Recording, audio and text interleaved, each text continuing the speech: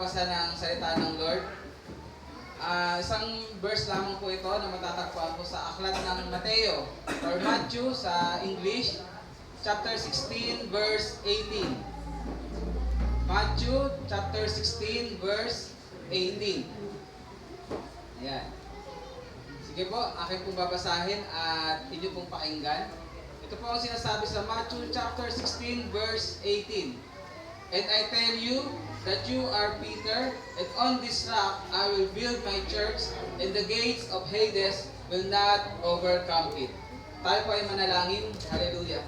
Ama namin Diyos, salamat po sa umagang ito. Salamat po sa iyong banal na presensya na kumikilos sa aming kalagitnaan. Salamat po dahil ikaw din po ang siyang naghanda ng aming puso't isipan upang tanggapin ang iyong salita sa umagang ito. Dalangin ko po, Banal na Espiritu Santo, ikaw po ang kumilos, ikaw po ang magturo sa bawat isa. Gamitin mo ang iyong abang lingkod upang mahayag na may katotohanan at katapangan ng iyong salita. At upang, Lord God, magdulot ito ng pagbabago sa bawat isang makikinig. Ang iyong kalooban ang siyang maganap sa aming mga buhay. At patuloy po kami nagpapasalamat ngayon pa lang sa dakilang bagay na iyong ginagawa at gagawin pa sa aming buhay. Salamat po. Ito aming dalangin sa pangalan ni Jesus. Amen at amen. Palakpakan po natin ang Panginoon bago tayo po.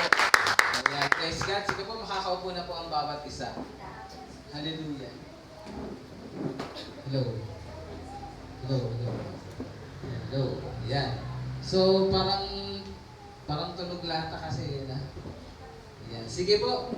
Tayo po ngayon ay merong pag-aaralan. Ayan. Na isang bagay po na mahalaga na ating maunawaan. Ang pamagat po ng ating pag-aaralan ngayon ay pinamagatan po, sige po. Ayan, basahin po natin sabay-sabay. 1, 2, 3. A strong church. Ayan, a strong church. Isang malakas o masasabi natin matatag na iglesia. Amen po ba? Amen. Sasabi nga po, no, sa binasa natin kanina, kung ating pong pagmamasdan maigi o ating pong pag-aaralan maigi, meron pong declaration ng ating Panginoong about sa kanyang church. Sabi po dito, basahin uli natin sa verse 18, And I tell you that you are Peter, and on this rock I will build my church, and the gates of Hades will not overcome it. Ito po yung time na ang ating Panginoong Hesus, tinanong niya si Peter, sino nga ba, tinanong niya kanyang apostol pala, sabi niya, sabi niya, sino ba ako sa sinasabi nila? Tapos ngayon, nung sinabi nila, ikaw daw po ay isang propeta, ikaw daw po ay isang mabuting tao, tinanong niya ngayon, nang direkta ngayon ng kanyang mga apostol, sabi niya, but what about you? Who do you say I am?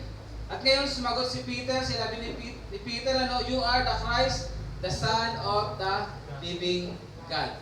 Kaya ngayon, dito, dineclare ngayon ng ating Panginoong Jesucristo na siya ay itatayo niya ang kanyang iglesia. Amen? So dito nabanggit yung word na church.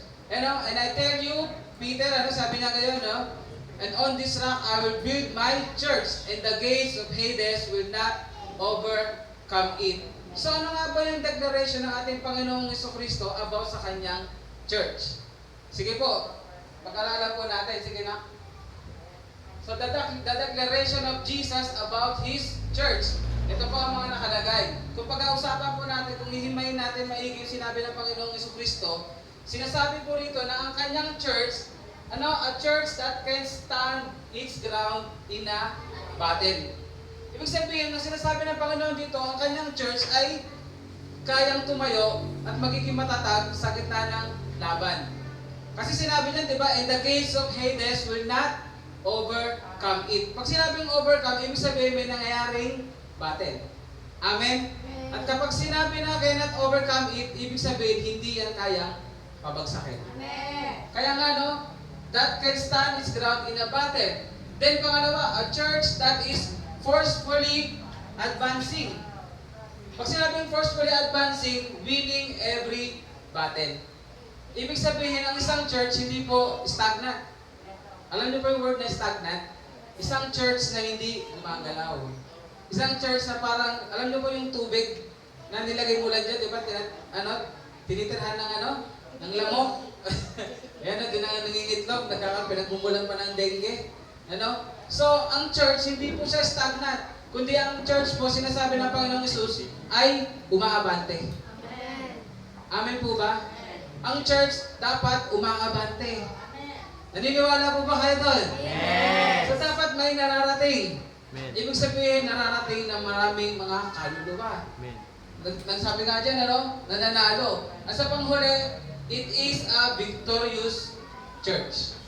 Amen po ba? Amen. So all in all, kung isa-summarize natin lahat yan, tumutukoy yan sa isang strong church.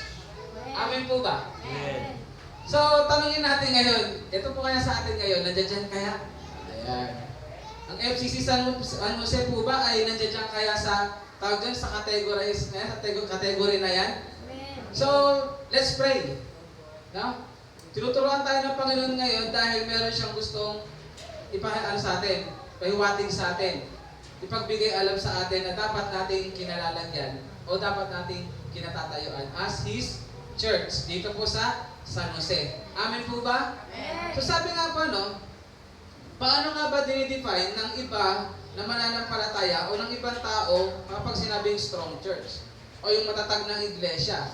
Minsan, ang tinitingnan nila ay yung meron ng big congregation. Amen.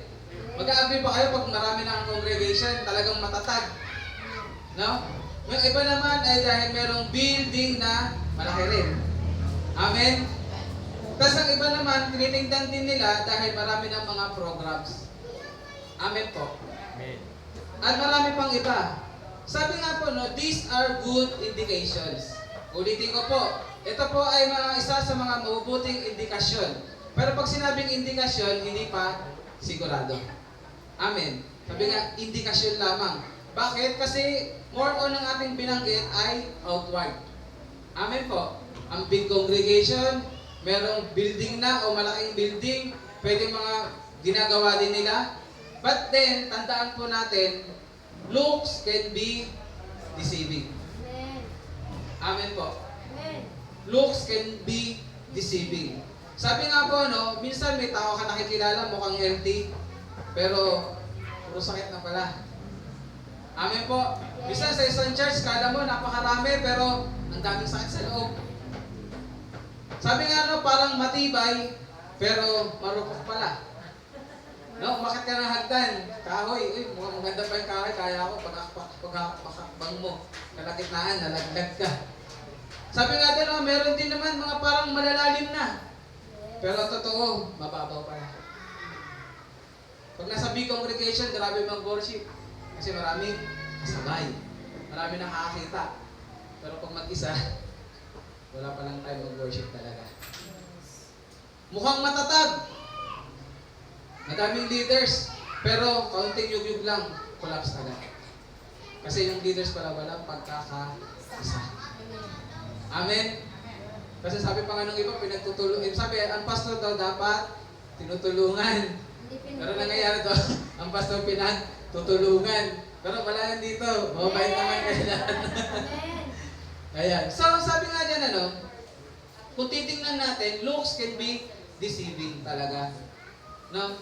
Minsan talaga, kaya nga dapat sa bawat churches, wala tayo yung ugalit para tayong naiinggit. Amen. Amen. Na nandito lang tayo sa ngayon. Okay, ayun, sila nga doon, 3 years na, meron na silang parang ang hina ng church natin. Sila, ang dami na nila doon. Parang, wala paglago dito.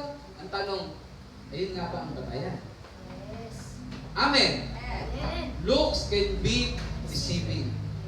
Kahit sa sarili mo, tumingin ka dyan. Ang ganda ko. Pero sabi mo, looks can be deceiving. Hindi naman. So, kung titingnan natin maigi, marami tayong pwedeng pagbasahan sa mata. Pero ang Lord, iba tumingin. Amen po ba? Hindi niya tinitingnan ng dami, hindi niya tinitingnan ng ganda, tinitingnan niya kung ano yung laman ng puso at kung ano ang ginagawa as a church. Amen po ba? As a church. Kaya nga po, all Christians must know that the church is always under attack by the enemy, non-stop. Alam po ba natin yun, na ang ating iglesia o tayo ay under attack? Yes. Sino po rito yung hindi na-atake ng kalaban? Baka kaibigan mo. Baka friends ulit kayo, kaya wala, ang payapa ng buhay ko, walang pag-atake ng kalaban. Delikado po. No? Kasi ang isang Kristiyano, under attack. Kahit nga lang nasa gitna ka ng attack ng kalaban, meron ka pa rin peace. Amen. Pero iba naman yung at peace ka dahil wala talaga. No? Matindi yun. Kaya nga mahalaga na ang church ay manatiling malakas at hindi mukhang malakas lang. Amen po ba?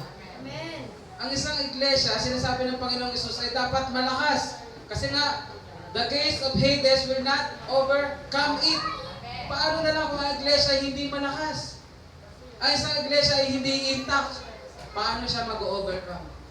Paano siya mananalo? Paano siya magiging victorious? Kaya nga po dapat alam natin as a church na dapat hindi lang tayo mukhang malakas, kundi tayo ay tunay na malakas. Amen po. Sabi ko nga dito sa ating SFCC, kung napapansin nyo, ayan, we are always under attack. Amen? Kaya nga, dahil lagi tayong inaatake, kitang-kita natin na gusto ng kalaban magiging mag-isa ka. Gusto ng kalaban na bang inaatake ka, yung sabi nga natin kayo na umaatras. Amen? Bakit? Kasi kapag mag-isa ka, mahina ka. Amen po ba? Kapag mag-isa ka na, vulnerable ka na sa atake ng kalaban. Sabi nga, kumbaga sa babasagin ka na, fragile ka na. So, ganun ang atake ng kalaban sa iglesia. Isa-isa tayong inaatake para isa-isa tayong nawawala. Amen. Amen. Alam pa ng kalaban kung sino yung matampuhin. Alam pa ng kalaban kung sino yung magagalitin. Paano nila nalalaman? Siyempre, sumusundan ka na lagi eh. No? Kasi nga, atakihin ka niya eh. Alam niyo po sa gera, hindi ka nila atakihin sa malakas na parte mo. Aatakihin niya kung saan yung weakness. Amen. Kaya ang kalaban, weakness ang atake niya sa tao. Ganon din yung weakness sa iglesia ang aatakihin niya. Kaya sa pag-uusapan natin ngayon, I pray na talagang yakapin natin kung ano yung mga babanggitin dito. No, yakapin natin as a church.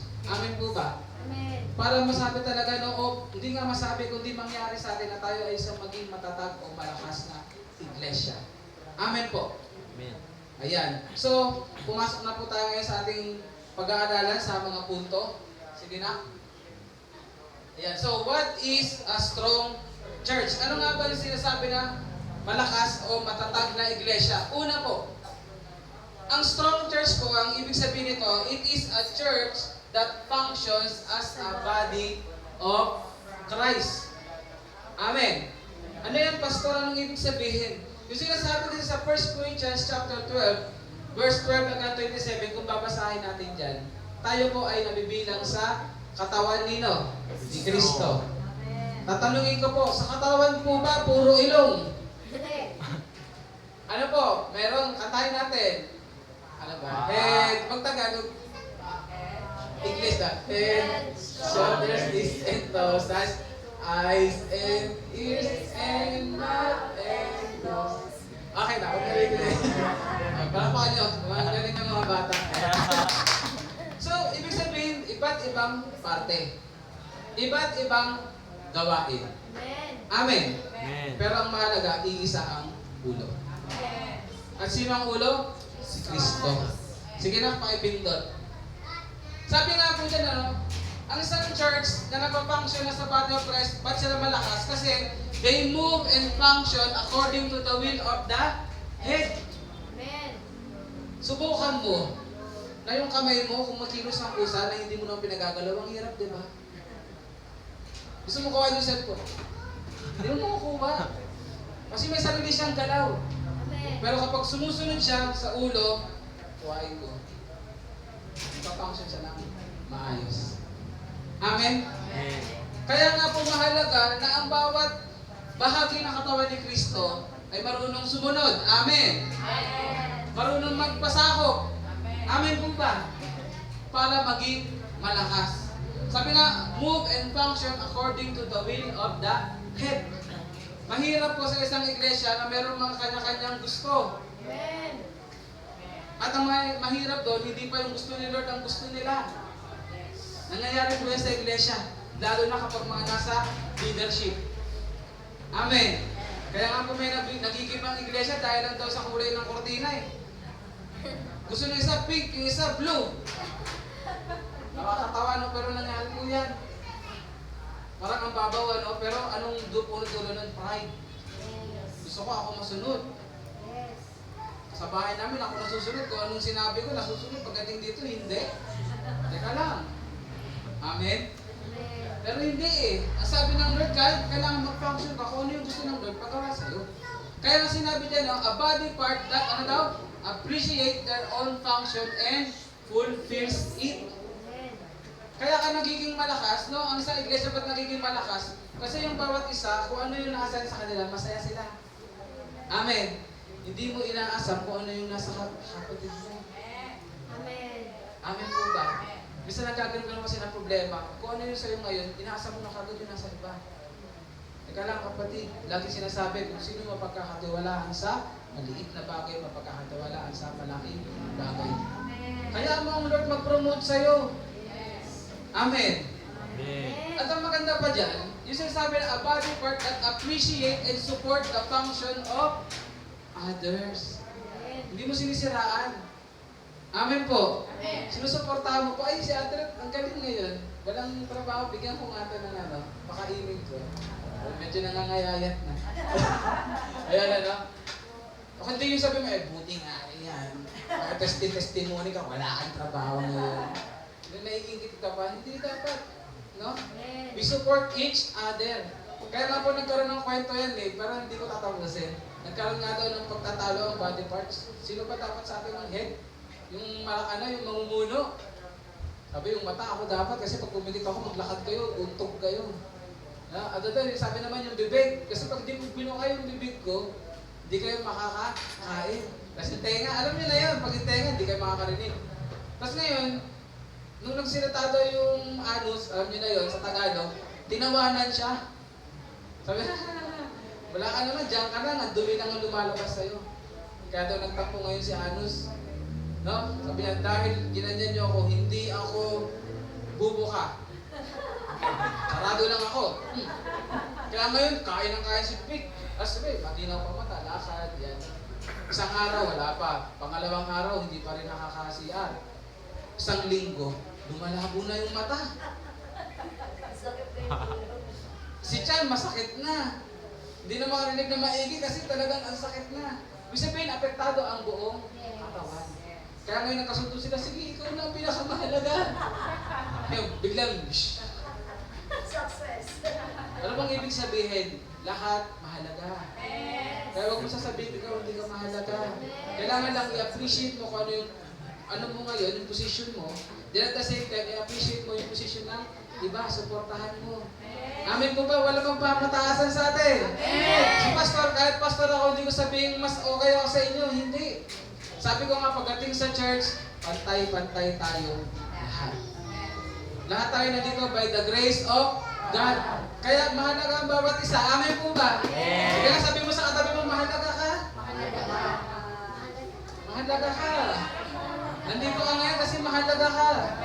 Parte ka ng katawan. Sino rito yung naglalakad? Tumama yung hiniliit nyo. Sa gilid. Dito. Diba gusto nyo mang-away? No?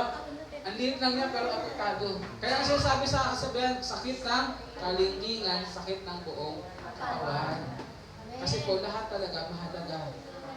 Alisin mo ang isa dyan, baldado na. Hindi mo na magagawa ng 100% yung dapat. Amen po ba?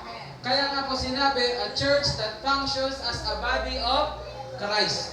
Kapag tayo po as ang iglesia at tayo ay nag-function according sa kalooban ng Diyos, according sa pinapagawa sa atin ng Lord, walang ibang mangyayari sa atin kundi tayo ay nalakas na iglesia. Amen po ba? Amen. Malinaw? Amen. Ulitin ko pa? Hindi na. Okay, yan. Palakpakan nga po natin ang Panginoon. Pangalawa po. Yan. Sabi nga po kanina, no? May mga lumalayo. Amen po ba? May mga kapatid na biglang naglalaho. Parang bula. Yan, ano? So may mga nanghihina kasi, totoo po yun. Amen. May mga, tawag doon, naliligaw ng landas. Totoo po yun. Amen. May church ba na perfecto? Talagang, no, lahat ng umatin dito mula first day hanggang ngayon dito. Wala eh. Kaya nga po, mahalaga sa isang church na yung tinatawag na a church that loves as a family. Ang isang matatag o malakas na church, ito po yung church na nagmamahalan bilang pamilya. Do you agree? Amen. Sige na. Dahil nga po, no, sino po rito yung napabilang na o binigyan ng karapatan ng Diyos na maging anak niya? Amen. Ngayon na. Sino po rito yung binigyan ng karapatan ng Diyos na maging anak niya? Amen. Bakit nga ba? Dahil sa ating pananampalataya kay Kristo Jesus. That means we are now a family. Amen. Hallelujah. Tignan mo nga katabi mo kung gusto mong kapamilya yan. Amen. Amen. Ayan. Amen. Gusto. Sabi, Pastor, yung mga magkakapamilya nag-aaway-aaway. Natural lang pala yan. Hindi naman, ano? So, we belong to the family of God. And as a church, napakahalaga po na nararamdaman ng bawat isa na yes, meron tayong tinatawag na pamilya. Ito pamilya natin na in the flesh. But then, yung tinatawag na spiritual family. Ang isang church po na masasabi natin matatag talaga ay yung nagtuturingan na magkakapatid. Amen po. Kaya nga po sinabi dyan, sige na, isa-isahin natin. Yung tinatawag na sinasabi na there is a concern and care for one another. Amen. Kaya nga nabanggit natin na may nawawala. Paano mo malalaman na nagtawag doon na ang isang church ay nagtuturingan bilang pamilya kapag may nawawala, ano ginagawa? Pinababayaan? Nahanap. Hinahanap. Kaya nga si Jesus, di ba? Sa kwento niya, yung 100 sheep, nawala yung isa, iniwan niya yung 99, pero hindi niya pinabayaan niya na huwag kayong magkamali.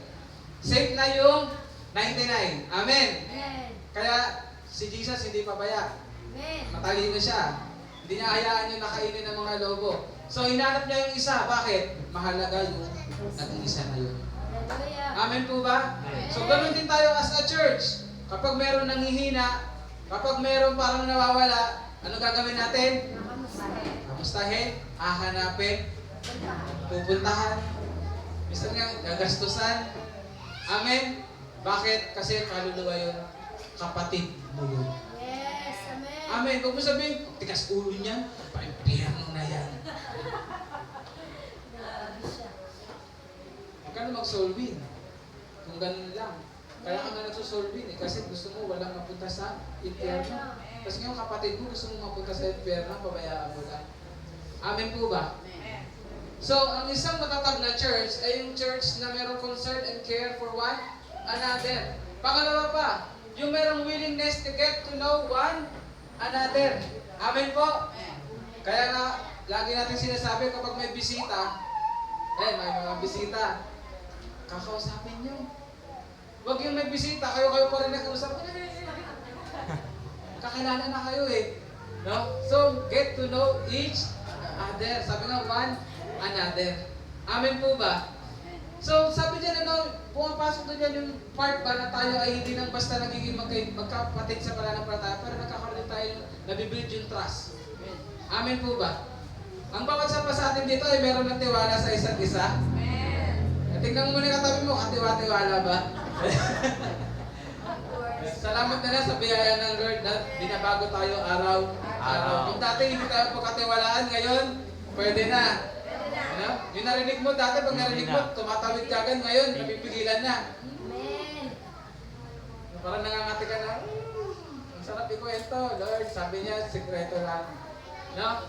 So, dapat nabibuild yung trust. Then, ito po yung pinakamaganda. Yung sinasabi na, we take advantage of opportunities to spend time together. At isa nga po sa mga opportunity na tayo nakapag-spend time together ay every Sunday. Amen po ba? Di ba sinabi ko sa Hebrews na huwag natin kakaligtaan, no? Ang pagtitipon.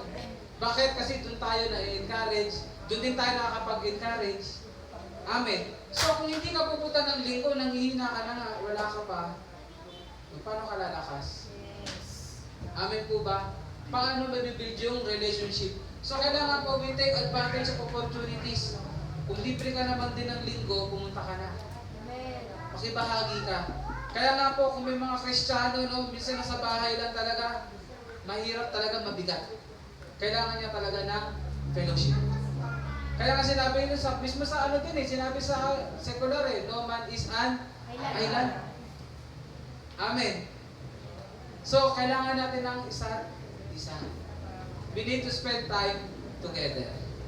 Do you agree? Ayan. So, kung babasahin natin yun, ilagay ka, sige na, meron pa ba? Wala. Sige. Kung titingnan natin sa Acts chapter 2, kung mababasa natin yan, ang mga unang mananampalataya, sila po ay laging may time magsama-sama. At kapag sila po ay nagsasama-sama, doon nag-aaral sila, nagpipray, then nagkakainan din sila. Kaya nga sabi, sa church, kumpleto rin dapat. Hindi ka lang busog spiritual, dapat minsan, meron din busog sa physical. Amen. Pero hindi naman madalas, pero mahalaga. Amen po ba? Kaya nga minsan yung ginagawa ng iba na tawag ng taktika, pinapakain muna Kasi pag pinapakain, pumupunta. But then at the same time, doon nila ngayon, tinuturuan ng spiritual. Then, binabawasan unti-unti. Kung dati, marami yung pagkain, tapos binabawasan. Hanggang masanay. Amen po ba? Amen. So, let's take advantage of the opportunity to spend time together. Kaya nga po sa relationship, paano lumalakas? Paano tumatatag ang relationship? Kapag mayroong time sa isa't isa.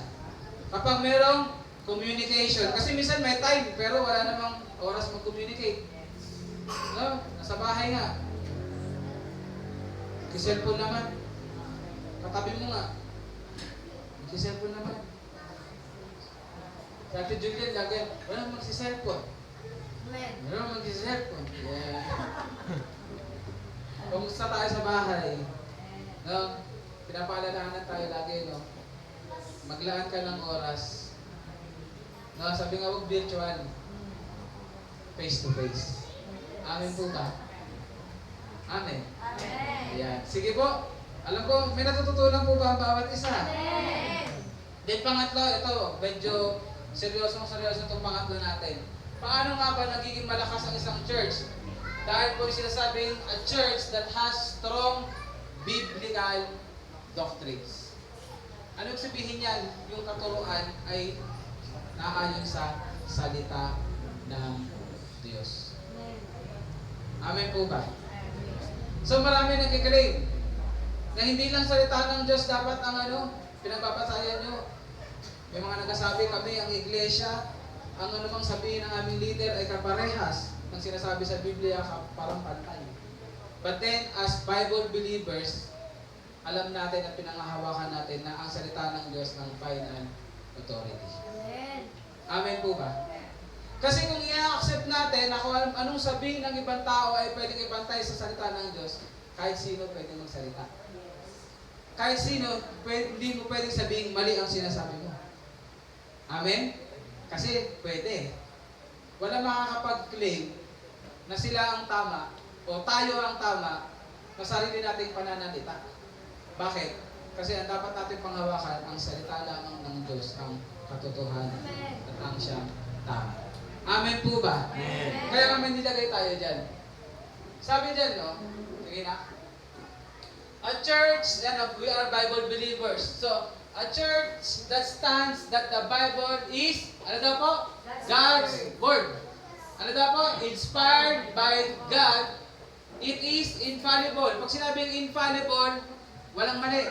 O hindi nagkakamali. Do you believe that? Amen. Magkaniniwala tayo ngayon. Naniniwala ba kayo na ang salita ng Diyos, ang Bible, ang Scripture ay walang mali? Amen. At hindi nagkakamali? Amen. Kasi kung sa puso nyo ngayon, sinasabi nyo may mali dito, nako, delikado na. Dapat 100% panghawakan natin na ang salita ng Diyos ay walang mali at hindi nagkakamali. Kasi maraming tao talaga, pag nangyari sa buhay nila, pinipilit yung gusto nila, pero iba sinasabi ng Lord. Sa salita niya, sasabihin, Lord, mali ang salita mo. Yung puso ko yung tama. Kaso nga lang, sinabi rin sa salita ng Diyos, ang pinakatuso sa lahat ay ang puso. Yan na. So, ang salita ng Lord, ang sinasabi yan, infallible and without error. At ito yung pinangahawakan natin. Basahin po natin sabay-sabay. 1, 2, 3. That the Bible is the final authority in our life. Or in our lives. Wala na pong iba. Kaya nga po, sinasabi ko lagi, kung si Pastor maririnig yung tatayo dito, at meron akong pagtuturo na sa akin lang, patalsikin nyo na ako. Palayasin nyo na ako. Pero salamat sa biyaya ng Lord, dahil tinuturuan niya tayo na tumayo tayo sa salita niya lamang. Matuto tayo na naayos sa salita niya lamang, at wala iba. Hindi ko pwede sabihin, may naisulat akong libro ha. Ito, basahin nyo to. Pag may nakita kayong parang kontra sa Bible, ito mas pahalagahan nyo. Di ba? Doon ngayon nagkakaroon ng problema. Dahil gusto nilang ipantay yung sinulat nila sa salita ng Diyos, kapag nagkaroon na ngayon ng tinatawag na pagtatalo, mas gusto nilang panghawakan yung sinulat nila. Amen. At hindi ko na kailangan siguro sabihin kung ano yung mga yan, alam na natin yun. Amen po ba? Meron na tayong ideya doon. Kaya kung hindi natin gagawing final authority ang salita ng Diyos, delikado po ang kakalagyan ng church. Magkakawatak-watak, magkakagulo-gulo. Kaya nga po, sa salita ng Diyos, ito ang nag-unite sa atin. Ito rin ang nagtuturo sa atin kung paano magpakumbaba. No? Para tumatak tayo. Amen po ba? Amen. So, basahin nga po natin, may nilagay dyan na teksto. Sige na. Sinabi sa 2 Timothy chapter 3, 16 to 17, sinabi dyan, all, ano po? All? Ano sinabi? All. Ano daw po? Ibig sabihin? Lahat. Hindi sinabing some, kundi lahat. All scriptures is ano daw po? God-breathed. And is useful ano daw po? For teaching, for rebuking, correcting, and training in righteousness, so that the servant of God may be thoroughly equipped for every good work. So ang tanong ngayon, kumpleto na ba? Yes. Ulit, kumpleto na po ba? Amen. Kumpleto. Kaya nga kung titingnan natin, Bible pa lang, sapat na. Amen. Amen po ba? Amen. Kaso lang ang tanong, binabasa mo ba? Kaya hanap ka ng hanap. Bible lang pala. Nandiyan na. So all scriptures is God-breathed and is useful for teaching. Sino rito yung meron kakulangan sa kaalaman? Ang Bible na magtuturo sa'yo. Sino rito yung matigas ang ulo? Ang Bible na magre-review at magko-correct sa'yo. Sino rito yung gustong tawag doon lumago? Training in righteousness. Ang magtitrain sa atin salita ng Diyos. Kumpleto po. Amen po ba? So, kaya ang isang iglesia, ang pinangahawakan lamang ay ang salita ng Diyos, sinasabi po tayo ay magiging matatag at malakas na iglesia. Amen po ba? Do you agree, church? Amen. Amen. Ayan. Sige po. Napapasarap na naman si Pastor. Ayan. Number 4 po tayo. Itong number 4 ay kanina nabanggit, praise God, talagang ang pagkilos ng Holy Spirit nasa lahat. No? Sabi nito, a church that always daw po, pray and fellowship together. Kaya nga po, umatin po kayo ng prayer meeting. Pakibahagi po tayo sa prayer meeting. Amen? Amen. Pakibahagi din po tayo sa mga gawain. Ano po ating gawain? Sunday service, sa ating discipleship. Then, yun nga po, prayer meeting din, nagsasama-sama rin po tayo. So, kapag ang isang church po ay marunong manalangin, tumatatag. Amen. Bakit? Kasi ang isang individual din na marunong manalangin, tumatatag. Amen. Amen po ba? Amen. How much more kung sama-sama pa tayo? How much more kung talagang tayong lahat ay nagkakatipon-tipon? Paano pa lalo nangyayari kung tumatatag tayo ng gusto? Amen po ba? Amen. So, sabi nga nung alam natin yan, but I need to include it.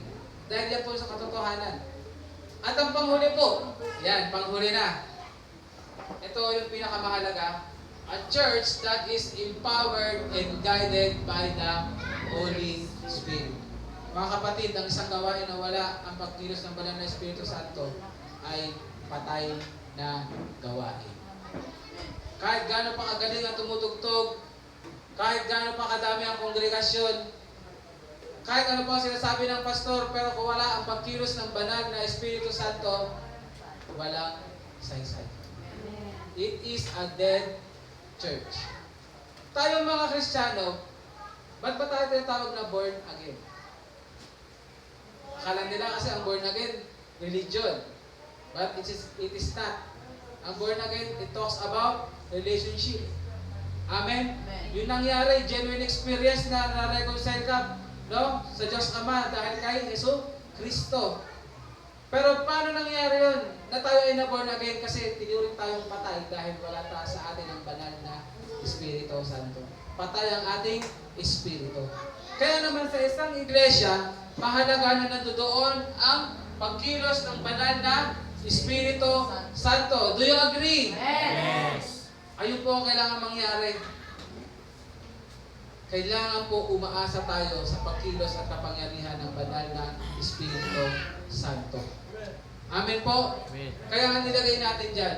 Pag binasa pa natin yung Acts 1:8, ang mga unang mga disipulo po, no, early Christians po, hindi sila lumabas agad.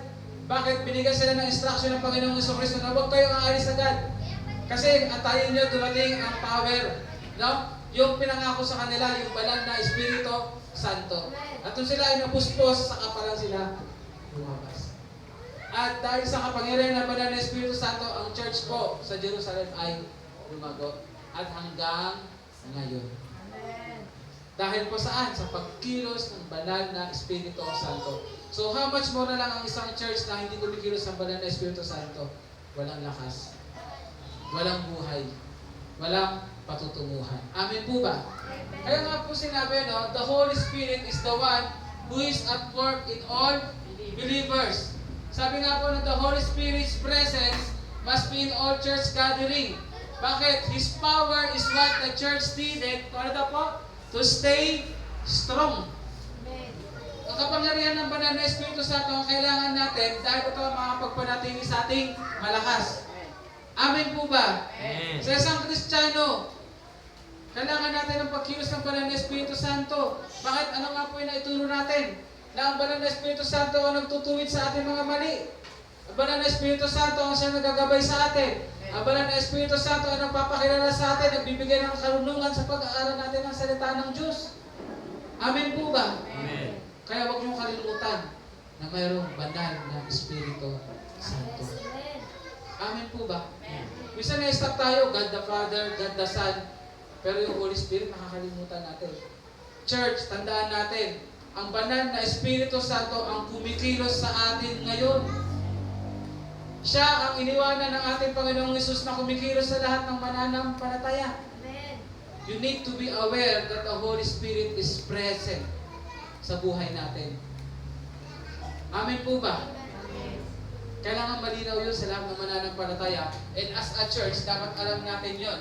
Kaya nga po, no, the Holy Spirit's power will continue to enable and sustain the church to do the Great Commission. Kapatid, walang tapang ang isang Kristiyano maghayag ng salita ng Diyos kapag wala ang pagkilos ng banal na Espiritu Santo. Kapag nahihiya ka na mag-share, nahihiya ka na parang ayaw mong malamang Kristiyano ka, ibig sabihin, yung pagkilos sa'yo ng banal na Espiritu Santo, hindi mo siya na-acknowledge. Mahina ang spiritual life. Amen po ba? Ang isang church na hindi lumalabas talaga at walang naaabot, delikado baka walang pagkilos ng banal na Espiritu Santo. Amen po ba? So, paano natin masasabi na malakas ang isang church? Kapag ito ay empowered and guided by the Holy Spirit. Mga kapatid, lagi natin i-acknowledge ang Holy Spirit. Amen po ba? Ang banal na Espiritu Santo. May natutunan po? Amen. Sabi nga po, no, it is my prayer and desire. Yan, aking pong panalangin. At aking pong tinitingnan din na mangyari sa atin. No, as a church dito sa FCC San Jose, na tayo ay isang maging matatag at malakas na iglesia. Ayun din po ba ang nais natin? Ayun din po ba yung nais natin? Amen. Alam ko, nais natin yun. Na isang church na tayo ay forcefully advancing at isang church na we win every battle. Yes. Kaya po, it is my prayer na tandaan natin ngayon yung 5 na nabanggit natin, how to stay strong or what is a strong church. Una po, ano yun? We function as a body of Christ. We love as a family. We have a strong biblical doctrine. Amen po ba? And we take time to devote in prayer and fellowship, and we always desire to be empowered by the Holy Spirit.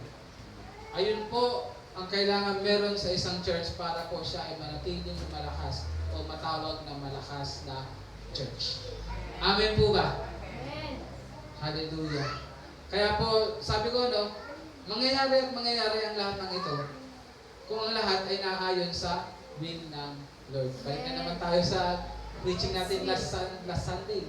Yes. Paano ba gaganap ang plano ng Diyos? Kailangan mangyari ang kalooban ng Diyos. Amen po ba? Amen. So, para ang plano ng Lord sa atin ay maging matatag at malakas na church. But then, we need to do God's will. Yung nabanggit natin na 5. Amen po ba? Amen. So, church, gusto ba natin na maging strong church? Amen. FCC San Jose? Amen. So, panghawakan po natin tsakapin yung 5 bagay na napag-usapan natin. Amen po? Amen. Palakpakan po natin ang Panginoon at tayo po lahat ay tumayo.